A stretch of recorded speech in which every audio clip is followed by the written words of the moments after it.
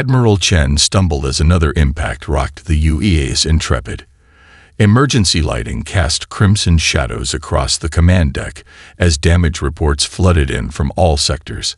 The ship's eye assistant displayed a holographic battlefield map that told the grim story. 27 human vessels destroyed in less than 15 minutes, with the remaining 5 critically damaged. Status on the Ardatian flagship, Chen demanded, gripping the command rail as the artificial gravity fluctuated. Lieutenant Santos, her tactical officer, looked up from his display with hollow eyes. Still completely operational. Admiral, our heaviest plasma bombardment didn't even flicker their shields. On the main view screen, an Ardatian cruiser, elegant and predatory with its sweeping, asymmetrical design, executed a graceful turn that no human vessel could match. Its hull shimmered with opalescent energy as it absorbed another desperate salvo from the UES Dauntless.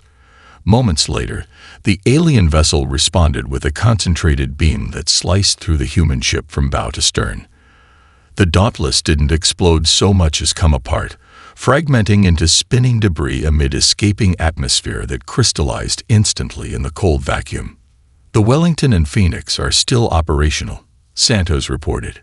Barely. Chen closed her eyes for 3 precise seconds, allowing herself that moment of grief, and nothing more. When she opened them, her decision was made. Transmit to Wellington and Phoenix. Emergency jump protocols. Coordinates Sol Delta 7. We're retreating. The command deck fell silent. In 3 centuries of space exploration, no Earth fleet had ever retreated from engagement. Admiral, Communications Officer Park said softly, there's an incoming transmission from the Ardatian command vessel. They're requesting to speak with you directly. Chen straightened her uniform jacket, acutely aware of the watching eyes of her crew. On screen, the view screen shifted to display an Ardatian commander. The alien's exoskeletal features were arranged in what xenobiologists would later identify as an expression of amused contempt.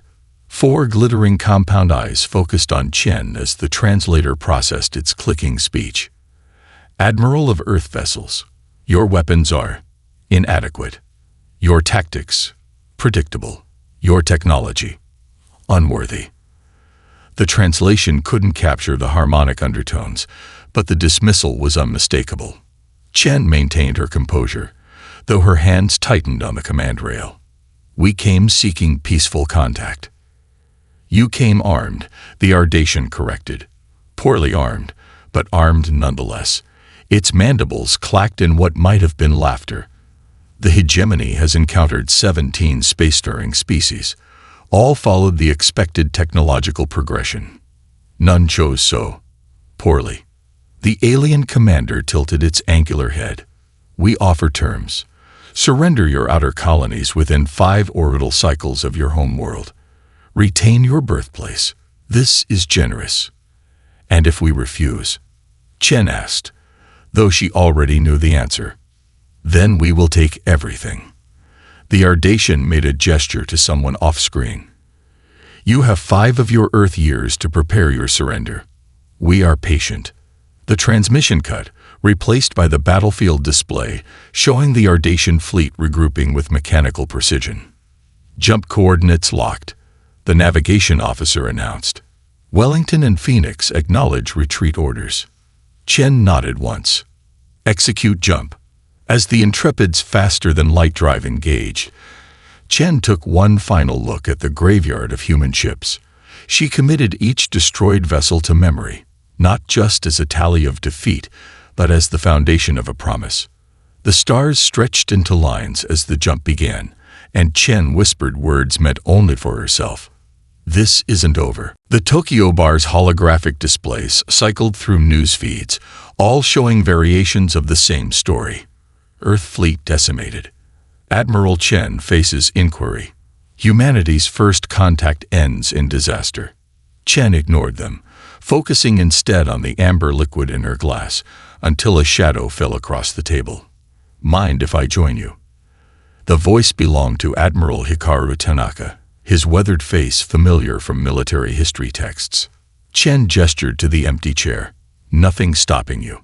I'm not exactly surrounded by admirers these days. Tanaka settled his compact frame into the seat, studying Chen with eyes that missed nothing. He ordered sake, then leaned forward. Tell me about their shields. Excuse me. The Ardatian shields. The official reports describe them as energy dispersive barriers of unknown composition. But you saw them. How did they behave? Chen was surprised by the question. Most people wanted to know about the aliens themselves, not the technical details of their defenses. She closed her eyes, recalling the battle. They absorbed everything. Our plasma lances, positron beams, even thermal dispersion weapons. The energy just vanished into them. No reflection, minimal radiation scatter.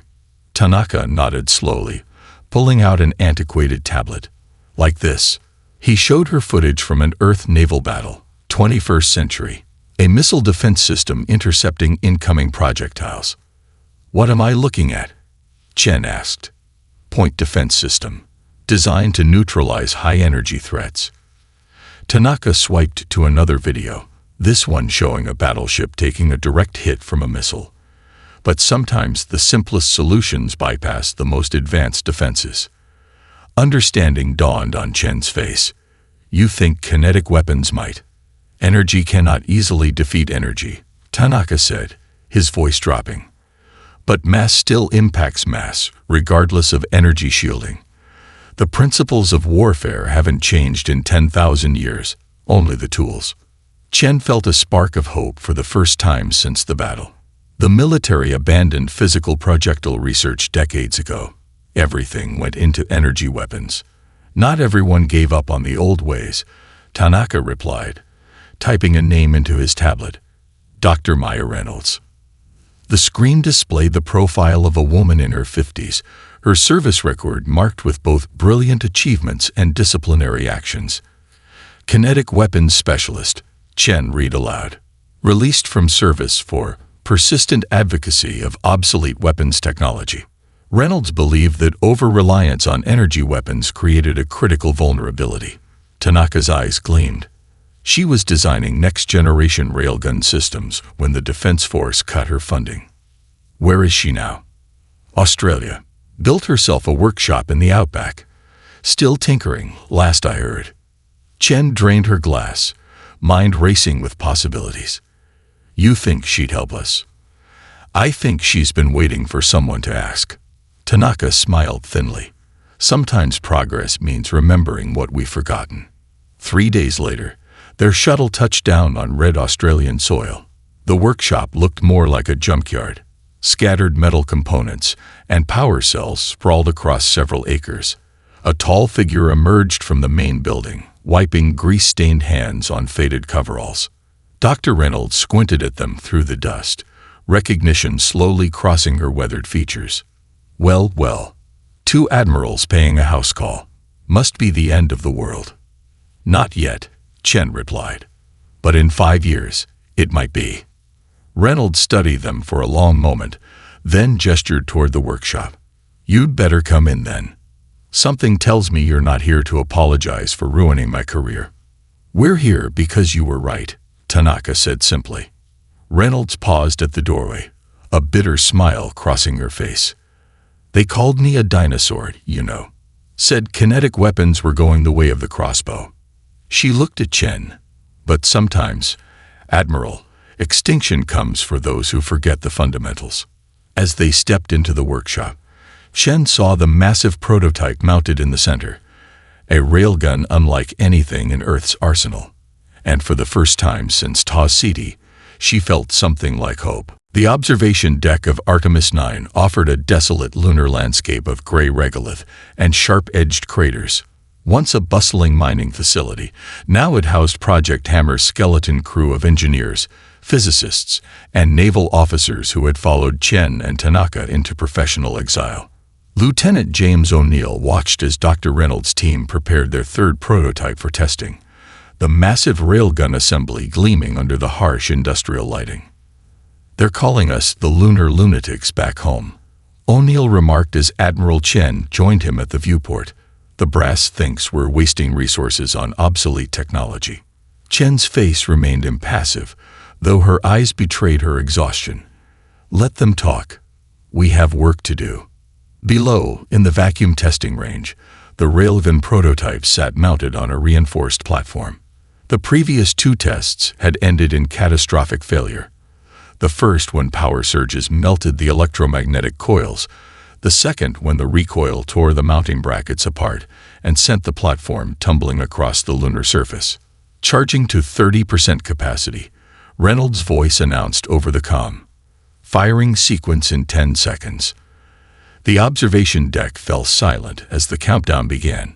O'Neill noticed the engineers bracing themselves unconsciously, muscles tensing in anticipation of another failure. The railgun fired with a silent flash, the tungsten slug invisible as it crossed the testing range at 15 kilometers per second. The target, a replica of Ardatian hull material based on debris recovered from Tau Ceti, shattered spectacularly. But so did the testing platform, the recoil force crumpling its reinforced structure like paper. 3 for 3, someone muttered as Reynolds swore colorfully over the comm. Later, in what passed for their war room, a repurposed mining office with hastily installed tactical displays. The mood was grim. The engineering team presented calculations showing that no conventional mounting system could withstand the forces involved with a full power shot. Time was slipping away, 3 months into their 5-year deadline, and they were still destroying their own equipment. "Maybe we need to scale down," one of the engineers suggested. "Lower velocity, smaller projectiles. Then we lose penetrating power," Reynolds countered. "Anything that won't punch through their hulls is just an expensive light show." The argument escalated, fatigue and frustration fueling increasingly pointed comments. O'Neill sat silently in the corner, tablet in hand, seemingly disengaged from the debate. It was only when Admiral Tanaka called for a short break that O'Neill approached the main display terminal. "May I?" he asked quietly, gesturing to the control console. Chen nodded, curiosity overriding protocol. O'Neill connected his tablet and projected a series of schematics onto the main screen. Cross-sections of Earth's ancient Iowa-class battleships, alongside modern spacecraft designs. "We're thinking like space engineers," O'Neill explained, his normally reserved voice gaining confidence. "But we should be thinking like naval architects from the 20th century." He highlighted the massive gun turrets of the battleship. "Look at how the recoil forces are distributed through the entire hull. The gun isn't mounted on the ship. It's integrated into the ship's structural skeleton." Reynolds moved closer to the display, eyes narrowing as understanding dawned. "You're suggesting we build the ship around the gun, not the other way around." "Exactly." O'Neill swiped to a new diagram, his rough sketch of a vessel where every element, from power core to crew quarters, was arranged to channel and absorb the railgun's massive recoil. The entire frame acts as a dampening system. "We don't fight the recoil. We use it." Admiral Chen studied the design, memories of the Ardatian ship's elegant movements flashing through her mind. "Can it maneuver effectively?" O'Neill nodded. "Better than conventional designs, actually. The mass distribution creates a more favorable moment of inertia." Reynolds was already making modifications to the sketch, excitement building in her voice. "We'd need to reconfigure the power delivery system, route superconducting channels through the primary hull struts." For the first time since the project began, genuine hope filled the room. Chen looked at the young lieutenant with newfound respect. "This could work," she said simply.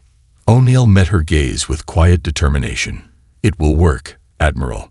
Because it has to." The UEA's Vigilant gleamed in the Jovian light, its sleek hull embellished with the latest adaptive armor and energy projection arrays. In contrast, the prototype destroyer, unofficially dubbed Hammerhead by its crew, looked almost primitive with its reinforced structural bracing and massive heat dissipation fins.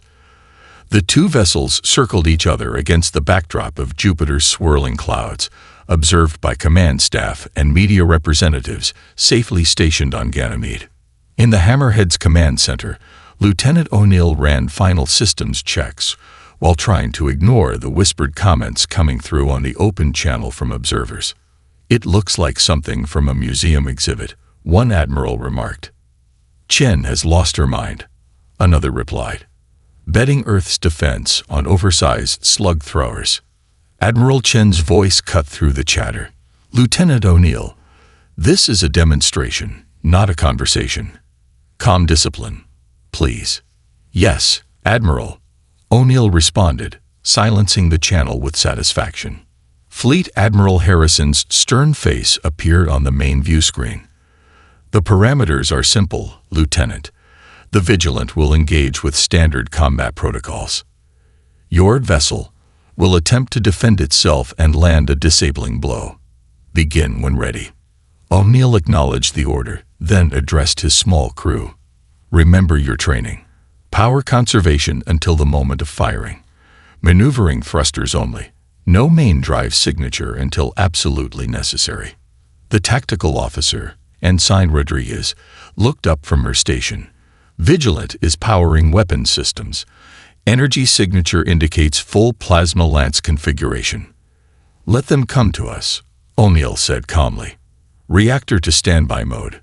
Initiate cooling protocols." The Hammerhead's external temperature dropped, reducing its thermal signature as the Vigilant approached on an attack vector. Captain Mercer's voice boomed through the command center. "This is your final warning, Lieutenant. Power down and prepare to be tractored to Ganymede. This exercise is a waste of resources." O'Neill smiled slightly. "No response, Ensign. Let them think we're having communication problems." The Vigilant fired its first salvo, a deliberately underpowered plasma burst meant to disable rather than destroy. O'Neill's hand moved across the navigational controls, executing a maneuver that looked erratic, but followed a precisely calculated path. The plasma burst passed harmlessly into space. "They're recalibrating weapons," Rodriguez reported. "Full power this time." "Now," O'Neill ordered. "Main drive, 3-second burst. Pattern Omega." The Hammerhead surged forward with unexpected speed, its ungainly appearance belying its maneuverability. The sudden acceleration confused the Vigilant's targeting systems, causing its second volley to miss by meters. Before Captain Mercer could adjust, the Hammerhead had slipped into the cruiser's minimum effective weapons range. "Railgun charging," the weapons officer announced, as power redirected throughout the ship's framework. Lights dimmed momentarily as the massive electromagnetic coils drew energy. "Target their propulsion section," O'Neill ordered. "Minimal velocity. We want to disable, not destroy." The railgun discharged without warning. No energy signature, no radiation spike, just a silent release as the tungsten rod accelerated to 5% light speed. The observers on Ganymede saw nothing until the Vigilant's rear section erupted in a shower of debris, the kinetic impact passing through its shields as if they weren't there. Emergency lights flashed across the Vigilant's hull as it began to drift, its main power core automatically shutting down to prevent catastrophic overload. Captain Mercer's face reappeared on screen, shock evident in his expression. "What the hell was that?" he demanded. O'Neill allowed himself a small smile. "History, Captain. We just made history." On Ganymede, the observation room had fallen into stunned silence. Admiral Chen stepped forward, addressing the assembled military leadership. "Gentlemen," she said quietly, "I believe we have our answer to the Ardatian threat." Fleet Admiral Harrison's face had paled slightly. "One lucky shot doesn't." "It wasn't luck," Chen interrupted. "It was physics. Their shields are designed to disperse energy attacks, not stop physical objects moving at relativistic speeds." She turned to face the group. "The Ardatians expect us to fight them with inferior versions of their own technology. Instead, we'll fight them with weapons they've forgotten to fear." The UES Daedalus drifted silently through the void, running with minimal power as it led the Hammer fleet on its wide approach to Ta City. Inside, the command deck operated in low-light conditions, screens dimmed to reduce the ship's energy signature. Admiral Chen studied the tactical display showing Earth's conventional forces positioned defensively at the edge of the solar system. a tempting target for the approaching Ardatian fleet. "Status report," Chen requested, her voice low despite the fact that sound couldn't travel through vacuum. Commander Pierce, her executive officer, consulted his datapad. "All vessels maintaining emission control protocols. We're on course for the Ta City approach vector, currently accelerating at 1/4 to minimize dry signatures." Chen nodded, satisfied. "And our conventional forces?" Admiral Tanaka reports full deployment at Mars orbital perimeter. "They're making quite a show of it. High-energy communications, weapon drills, the works. The Ardatians will certainly detect them." "Good." Chen allowed herself a small smile. "As long as they're looking there, they won't be looking here." Life aboard the Hammer Fleet vessels had evolved its own unique rhythm over the 3 months since their departure from Earth. The ship's unusual design, built around the massive railgun systems, created operational challenges unlike anything in naval tradition. Each railgun charging cycle required power diversions from non-essential systems, creating a perpetual cycle of discomfort for the crew. On the lower decks, Lieutenant Rodriguez conducted a training exercise in emergency pressure suits as the life support systems temporarily powered down to charge the weapon capacitors. The temperature dropped to near freezing as the air recyclers slowed their operation, frost forming on interior bulkheads. "Time." Rodriguez called out to her team. 3 minutes, 17 seconds, replied Ensign Chen. "No relation to the Admiral. We shaved off 12 seconds from yesterday." "Not good enough." Rodriguez pushed. "When combat begins, we'll need to cycle systems in under 2 minutes, or we risk overheating the coils." Throughout the ship, similar drills took place as the crew adapted to their vessel's peculiarities. Unlike the sleek efficiency of conventional warships, the Hammer vessels demanded a symbiotic relationship with their crews, human adaptation to machine limitations, and mechanical systems that responded to human ingenuity. In engineering, Dr. Reynolds supervised the loading of specialized ammunition into the automated feed systems. Her team had expanded the Railguns' capabilities far beyond simple tungsten slugs. "The fragmentation rounds are complete," she reported via secure channel to Admiral Chen. "Each one carries 5,000 tungsten carbide submunitions that deploy in a 30-degree spread pattern upon proximity detonation." "Effectiveness?" Chen asked. "Against conventional shields. Devastating. Their energy barriers are calibrated for concentrated attacks. These will overwhelm localized sections, creating vulnerabilities for the armor-piercing follow-up shots." Reynolds moved to the next storage bay, where technicians carefully loaded the most dangerous munitions, the Sunbreaker rounds. "The compressed hydrogen payload is stable," she continued. "Impact with any solid surface will create a fusion reaction equivalent to a small solar flare. Effective radius approximately 2 kilometers. Chen's voice carried a note of concern. "Proximity detonation risks to our own vessels. Significant," Reynolds admitted. "I recommend minimum safe distance of 5 kilometers when these are deployed." In the tactical center, Commander Pierce updated the fleet deployment hologram as new intelligence arrived from Earth. "Admiral, we've received word that Ardatian vessels have been detected at the edge of the Kuiper Belt. They're moving earlier than anticipated." Chen studied the projection, calculating accelerations and trajectories. "They detected our conventional buildup and decided to strike before we could strengthen our defenses." She straightened, a predatory gleam in her eyes. "Exactly as planned." She opened a secure channel to the entire Hammer fleet. "All vessels, this is Admiral Chen. The enemy has taken the bait. Accelerate to Phase 2 parameters and maintain emissions control. We'll rendezvous at coordinates Ta 7 in 46 hours. As the fleet adjusted course, Chen gazed at the distant pinpoint of Ta City on the navigational display.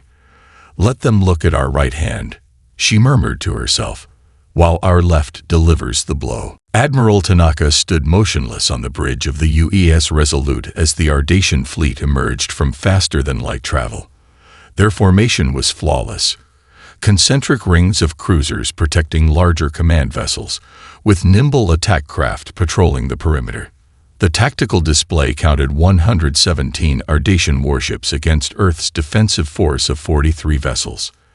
They've deployed in standard combat configuration, Commander Walsh reported, her voice steady despite the overwhelming odds.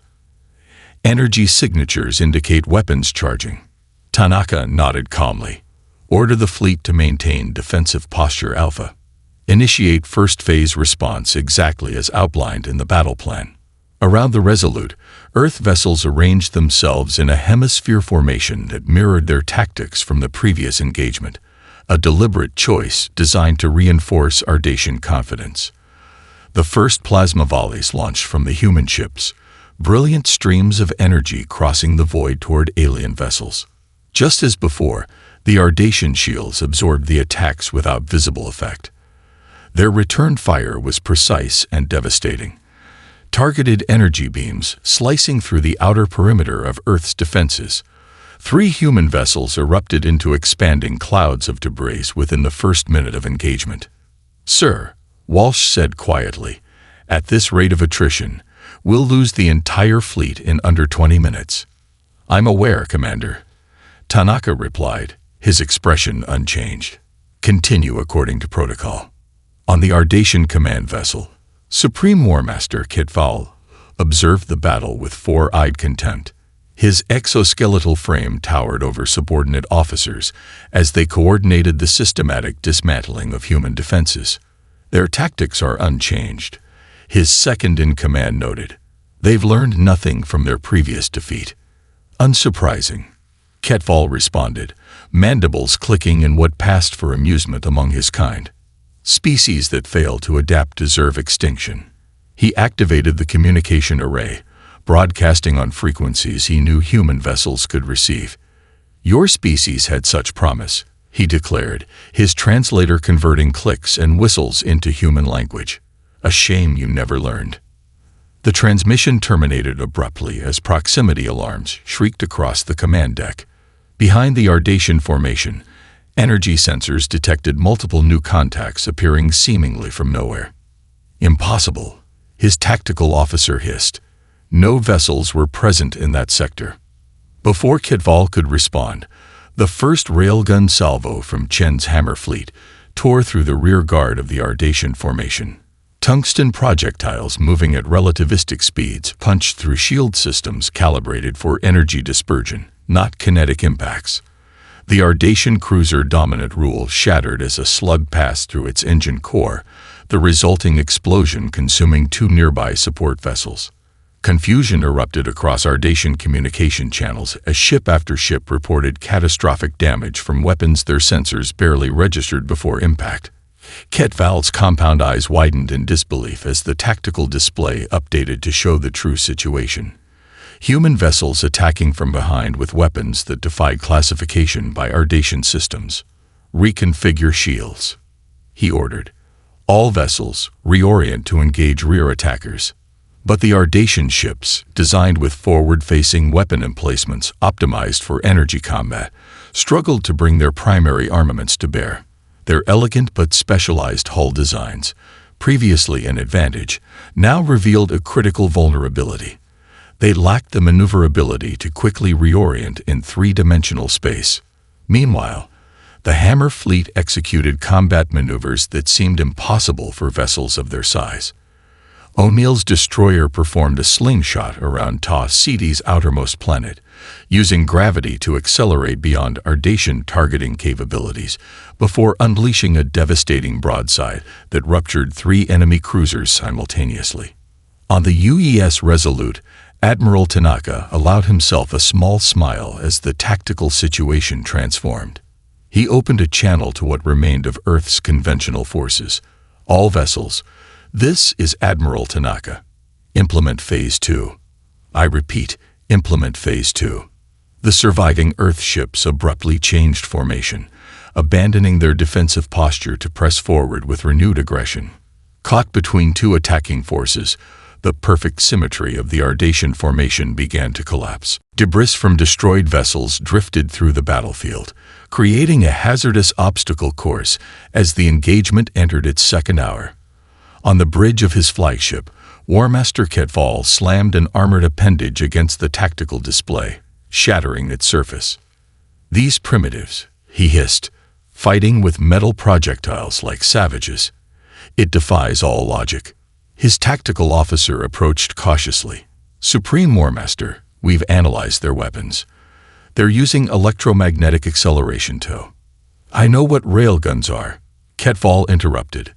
"Every spacefaring species abandons such crude technology as they evolve. They're inefficient, limited by ammunition, primitive." His compound eyes flashed with rage and something new to Ardatian commanders: doubt. The communication array chimed with incoming transmissions from Nexus Prime, the nearest Ardatian fortress world. "The reinforcement fleet has arrived. Supreme War Master," his second reported.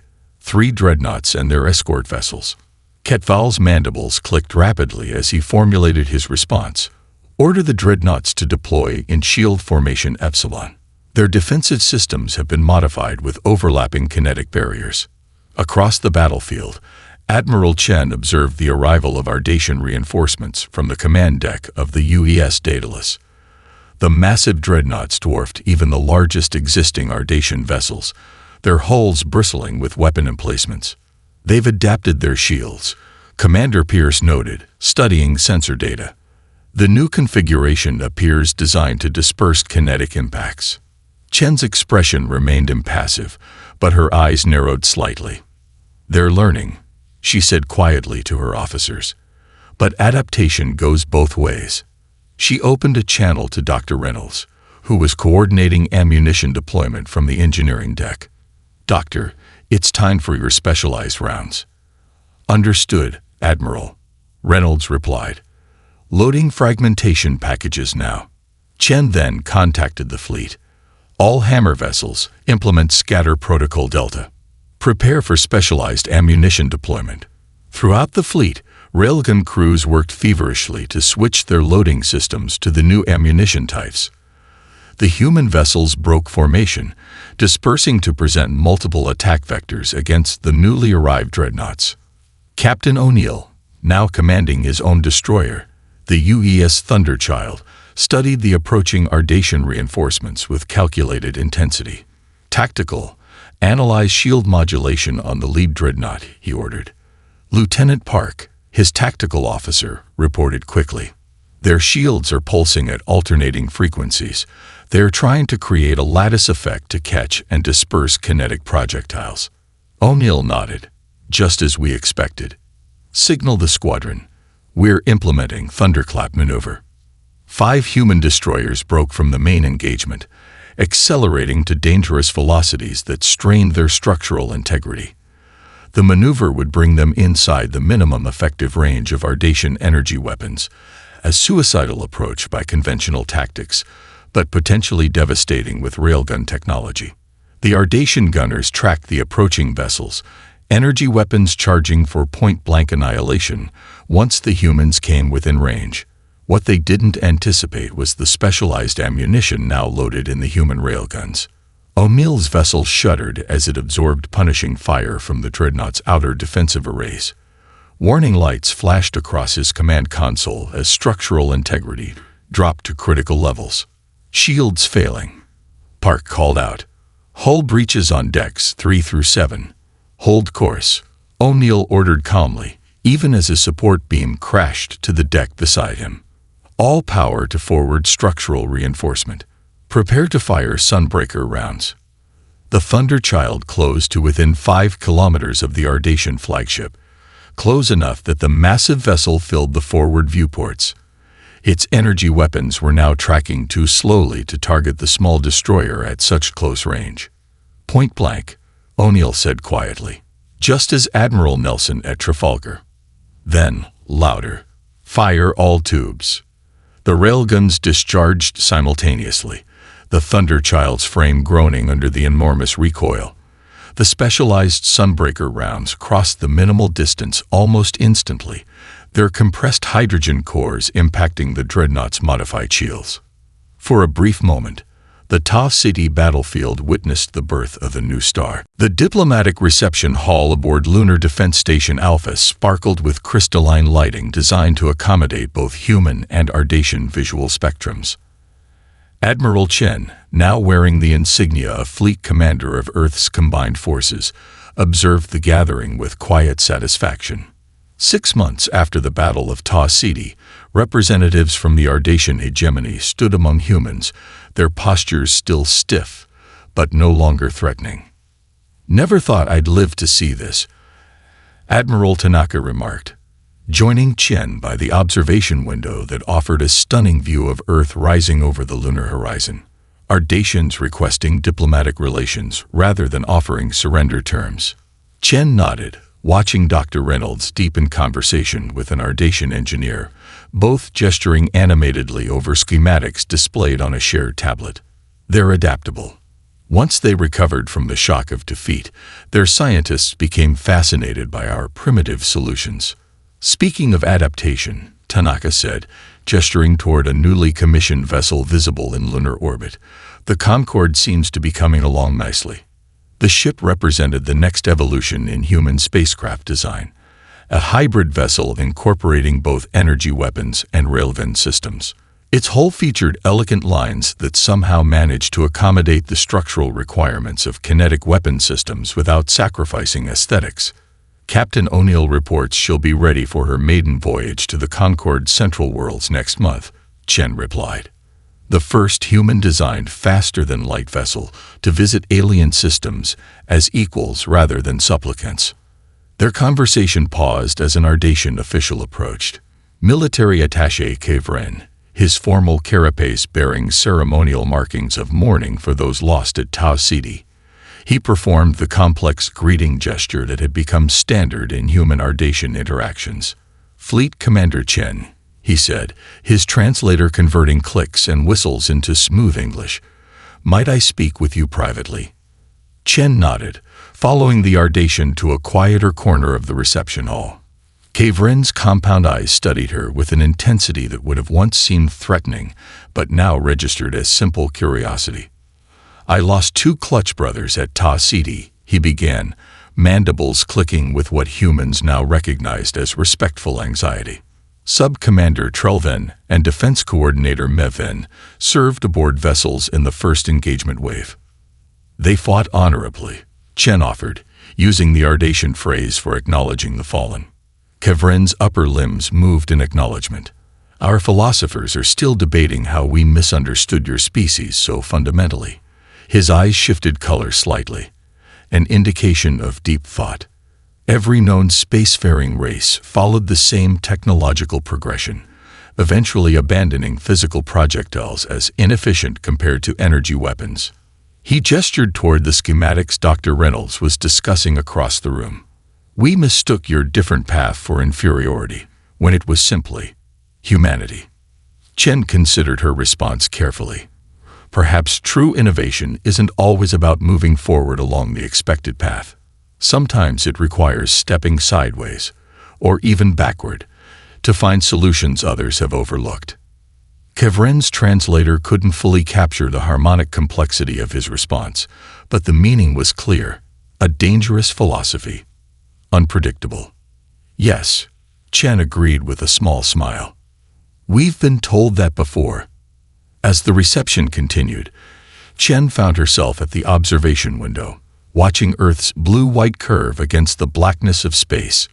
Behind her, humans and Ardatians exchanged ideas, debated engineering principles, and laid foundations for cooperation that would have seemed impossible a year earlier. On a nearby display, a news feed showed construction at the Mars Military Academy, where cadets were being taught the Chen Tanaka principle. Question the obvious path, for innovation often lies in the roads not taken. The camera panned across a classroom where tactical simulations demonstrated how humanity's unexpected approach had transformed not just space combat, but humanity's place in the galactic community. Chen's reflection in the window overlapped with Earth's distant image, as she whispered words meant only for herself. Not bad for prehistoric weapons.